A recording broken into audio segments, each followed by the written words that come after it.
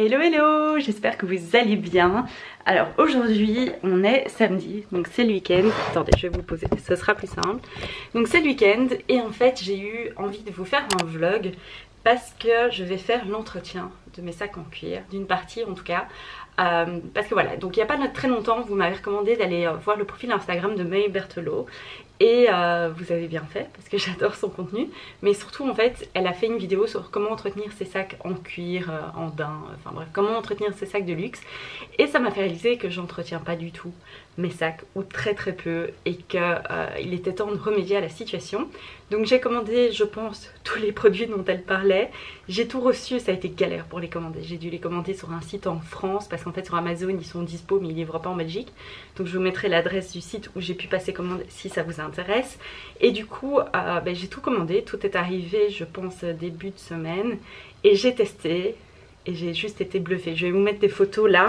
Mais en gros, j'ai testé sur le sac vintage Chanel de ma maman. Donc ça, c'est un sac qui a quand même plus de 30 ans. Et à l'intérieur, ici sur le rabat, il y avait des traces de stylos bleu ou noir, je sais plus très bien. Et j'ai pu toutes les rattraper sans décolorer le cuir. Donc juste, j'étais là complètement hallucinée. Et après, j'ai fait l'entretien du sac. Je sais pas si vous voyez, mais il est vraiment tout beau. Tout bien entretenu. Du coup je me suis dit que j'allais continuer aujourd'hui, que j'allais vous filmer ça parce que je me dis que ça va certainement vous intéresser. Donc aujourd'hui on va s'attaquer à ça. Je vais faire mon Valentino. Vous êtes au milieu de mes sacs hein. C'est pour ça que je regarde autour de vous.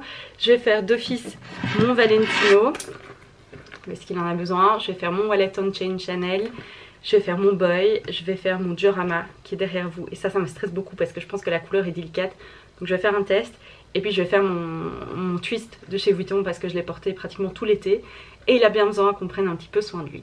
Bon, je suis bien chargée, j'ai déjà pris 4 sacs. Et en fait je viens faire ça dans mon bureau. Je vais faire ça à ma coiffeuse qui est juste là, je vais vous donner le mal de mer.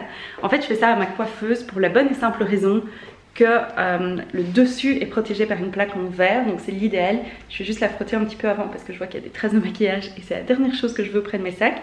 Et puis on va s'y mettre, hein, je vais vous montrer tout ça. Et alors si vous vous posez la question d'où je range tout ça, en fait c'est dans ce meuble-ci, dans mon bureau, juste en dessous de mes agendas, etc. Et c'est dans cette boîte-ci que j'ai en fait eu chez Cult Beauty il y a des années de ça maintenant. Et j'ai une petite étiquette devant, comme ça je sais ce que c'est. Et dedans j'ai tout. Alors du coup voilà mon matériel. J'ai été chercher mes 2 chamoisines saphir que j'avais mis en fait au linge à laver parce que je m'en étais servi pour les taches sur le Chanel. Alors dans cette boîte qu'est-ce qu'on a? On a ce petit kit d'entretien pour sac de chez Delvaux. Ça je vous avoue que ça fait des années que je l'ai. En fait ce qui est pratique c'est qu'il y a une chamoisine dedans, mais il y a surtout une éponge et ça peut toujours être pratique quand on doit frotter des taches. J'ai du simple cirage noir et tout le reste est neuf. Maintenant que je le vois, tout le reste est neuf. Donc tout le reste est de la marque Saphir ou de la marque Havel. C'est clairement ce que j'ai acheté sur les recommandations de May. Et alors si vous voyez j'ai étiqueté avec ma Dymo, j'adore étiqueter. J'ai étiqueté directement dessus ou en dessous, comme ça je sais ce que c'est. Donc ça c'est la crème universelle, c'est pour l'entretien un petit peu, j'allais dire quotidien mais on le fait pas quotidiennement non plus, c'est simplement pour l'entretien. Ça c'est le détachant que j'ai utilisé pour récupérer les traces de feutre à l'intérieur du sac Chanel. Ça c'est l'entretien pour le cuir qui est très délicat, le cuir lisse très fragile. Ça va être une autre vidéo. Je vais me lancer dans l'aventure et essayer de reteindre mon sac Balenciaga en noir. Et surtout, ce que vous ne savez pas, c'est que j'ai un sac Balenciaga blanc qui est dans un état horrible. Et j'ai fait l'erreur de mettre du cirage blanc dessus, donc c'est terrible. Donc c'est dernière chance. Je vais essayer ça, mais pas aujourd'hui. J'ai le savon pour cuir lisse. Ça, s'il y a des taches, ça a l'air parfait aussi. Et puis, j'ai finalement pris la bombe imperméabilisante, c'est compliqué à dire. Donc voilà, parce que là j'en utilisais une du supermarché, donc je me suis dit que ceci serait un petit peu mieux. Alors voilà les 4 sacs que je vais faire aujourd'hui. Je pense que mon diorama je le ferai un autre jour parce que ça va être trop de boulot. Alors toujours faire un test sur les sacs. Je vous avoue que j'ai déjà fait un test sur mon Valentino parce qu'en réalité il y avait une petite tache ici au-dessus. Je pense pas que vous verrez, il reste un mini, voilà, ça là. C'est le reste de la tâche. Donc ça j'ai déjà fait un test sur celui-ci. Et j'ai fait un test sur mon boy parce que j'étais curieuse. Donc les deux où je n'ai pas fait de test, c'est mon sac Vuitton et mon Wallet on Chain. Donc je vais d'abord faire un test à un endroit du cuir où ça ne se verra pas trop. Je vais laisser poser, je vais voir ce que ça donne. Comme ça, s'il y a le moindre souci, je sais que je ne fais pas ces sacs. Donc pendant que je vais faire mon test, je vais les laisser poser et puis je vais m'attaquer aux deux autres. C'est vraiment important de faire un test pour s'assurer que le produit ne fait pas de traces sur le cuir. Donc je commence par enlever la poussière avec une chamoisine et puis je vais appliquer un petit peu de produit sur une partie cachée. Donc ici c'est sur le rabat intérieur. Ensuite je lustre un petit peu avec une autre chamoisine avant de laisser sécher et de voir si ça fait une trace ou pas.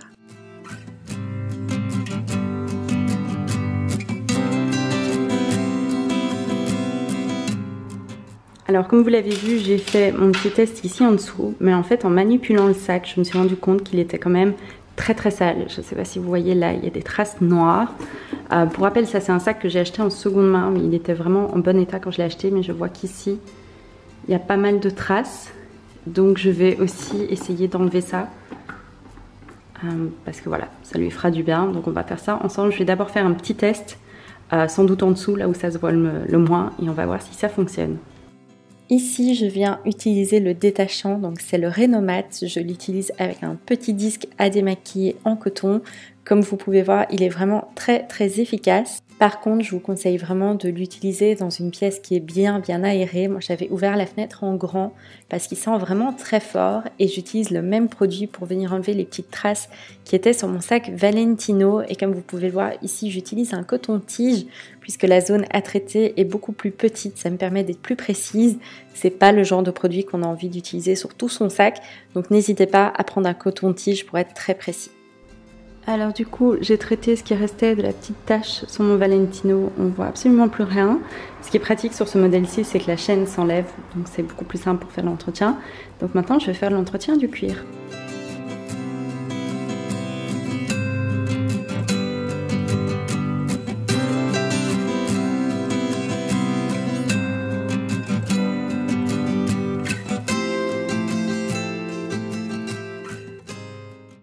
Alors, concernant le vuitton, pas de souci, comme vous pouvez le voir, il n'y a aucune trace du détachant. Donc je vais pouvoir traiter toute cette petite trace, laisser sécher et puis m'occuper du cuir.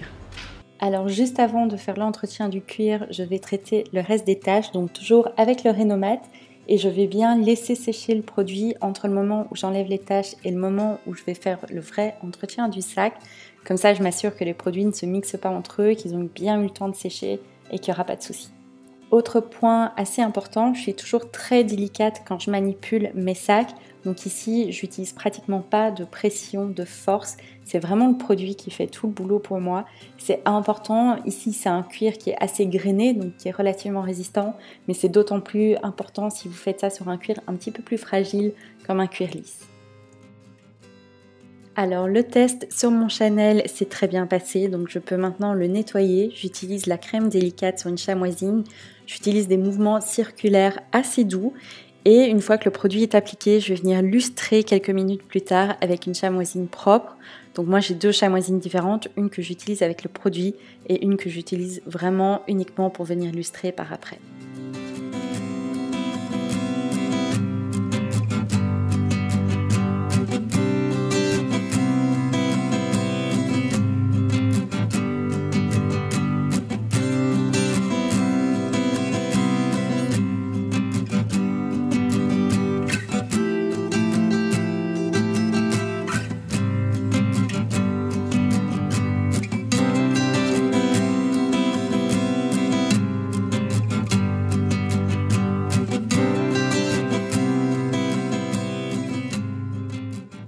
Alors on est quelques jours plus tard, je vous retrouve dans mon dressing parce qu'en fait entre temps j'ai pris le temps de faire tous mes sacs.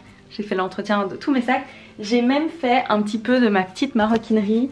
En l'occurrence j'ai fait mes portefeuilles Chanel, dont celui-ci qui est comme neuf, je n'en reviens pas, il avait quelques traces à l'intérieur. On ne voit absolument plus rien, je vais vite vous montrer mes sacs. Alors voilà la petite famille, comme vous pouvez voir ils sont tous dans leur meilleure forme. Je les ai jamais vus aussi beaux, ils ont tous l'air comme neufs. Donc je vous avais dit, j'avais déjà fait le sac Chanel vintage, rien à redire, il est sublime. J'ai fait mon Vuitton et j'ai pu enlever la majorité des traces. Je vous avoue que les traces qui étaient présentes quand je l'ai acheté, je n'ai pas réussi à les rattraper. Vous allez certainement le voir ici. Alors comme vous pouvez le voir, notamment ici, il y a quelques petites traces qui était là quand je l'ai acheté. Donc de nouveau c'est un sac que j'ai reçu plutôt, mais qu'on a acheté en seconde main. Donc voilà, je pense que je réessayerai par le futur de rattraper ces tâches, mais pour le moment je n'y suis pas encore parvenue. Mon boy n'a jamais été aussi beau. Vous savez peut-être, il est allé en réparation chez Chanel au début de l'année. Quand je l'ai récupéré, en fait, ils ont changé la chaîne et le sac n'avait pas du tout été nettoyé ni quoi que ce soit. En fait, je pensais que c'était quelque chose qu'ils faisaient quand ils avaient un sac en réparation, qui passait un petit coup dessus. Mais en fait, pas du tout. Donc, il en avait bien besoin et il est absolument en superbe état. Je suis vraiment ravie. Franchement, merci à May pour ce tutoriel parce que ça, je pense que ça va sauver la vie de beaucoup de mes sacs. Mon sac de jour de chez Saint Laurent, je crois que c'est la plus belle réussite. Je vous avoue qu'il était un petit peu sale, il était un petit peu en mauvais état et il s'est pris la pluie, il s'est pris le vent, il se prend beaucoup de choses et je n'en prends pas aussi soin que mes sacs Chanel ou quoi que ce soit. Du coup, il avait besoin d'un petit peu d'amour et là, il est mais juste dans un état. Il est absolument comme neuf. Alors j'ai aussi fait mon sac Marion de chez Alexander Wang qui, comme vous pouvez le voir, a vu de meilleurs jours. Ça se voit surtout au détail de la bijouterie. J'ai fait le cuir, là je vous cache pas que c'était galère parce que c'est un cuir qui est vraiment avec beaucoup de texture et du coup c'était un petit peu galère. Je pense que ça, il vaut mieux le faire avec une éponge ou carrément une brosse. J'ai fait mon Proenzas couleur. Je n'ai pas encore fait mon Balenciaga. Pour le moment, je trouve qu'il n'est pas très sale, mais ça ferait du bien de le brosser avec une brosse pour le daim, mais je n'en ai pas. Et puis surtout, j'ai fait mon diorama. Alors mon diorama, j'avais très peur pour le cuir, parce que c'est un cuir qui est quand même assez fragile. Pas de souci au niveau du soin, le cuir est vraiment bien, il est beaucoup plus lisse, on sent qu'il est beaucoup plus nourri qu'avant. Par contre, impossible de revoir ces traces à l'arrière. De nouveau, ça, attendez, je vais le mettre ici. Voilà, de nouveau ça c'est un sac que j'ai acheté en seconde main et comme vous pouvez voir, quand je l'ai acheté en fait il avait déjà ces marques qui s'accentuent vraiment avec le temps. Je suis mitigée entre c'est de l'usure et c'est de quelque chose qui a des teints dessus, mais je pense que c'est de l'usure parce que là j'ai utilisé le détachant et ce n'est pas vraiment parti, mais c'est un cuir qui est vraiment très sensible et très fragile, mais à l'avant il est tout beau, tout vraiment bien entretenu, donc je suis quand même très contente. Et puis j'ai également fait, ça je vous l'avais montré, mon wallet on chain qui est de nouveau dans un état mais parfait, il est vraiment très beau. Et puis évidemment j'ai fait mon petit sac Valentino où j'ai réussi à ravoir absolument toutes les taches qu'il y avait là au-dessus. Du coup je suis vraiment super contente d'avoir trouvé tous ces produits, d'en avoir appris. Clairement je pense que c'est quelque chose que je vais faire au minimum 2 fois par an. Je me dis que si je le fais à chaque changement de saison, je vais m'en souvenir, donc ce serait pas mal et ça peut jamais faire de mal non plus. Ah d'ailleurs je vous ai pas dit, j'ai aussi fait ma ceinture Gucci. J'en ai profité comme je la porte beaucoup. J'ai appliqué la même méthode parce qu'au final c'est du cuir, donc j'en ai profité aussi pour la faire parce qu'elle en avait un petit peu besoin. C'est une ceinture que je porte vraiment pas mal souvent, c'est pas très français, que je porte quand même assez souvent. Donc voilà, j'espère que cette vidéo vous aura plu, que vous aurez appris quelque chose, que ça vous encouragera à prendre soin des belles pièces en cuir que vous avez chez vous. Comme toujours, tous les liens seront dans la barre de description. Et puis rendez-vous sur le blog, je vais vous faire un article complet avec un rappel des produits que j'ai utilisés, comment je les ai utilisés, quelles techniques, etc. Donc n'hésitez pas à aller jeter un coup d'œil. En attendant, prenez soin de vous et je vous dis à la prochaine fois.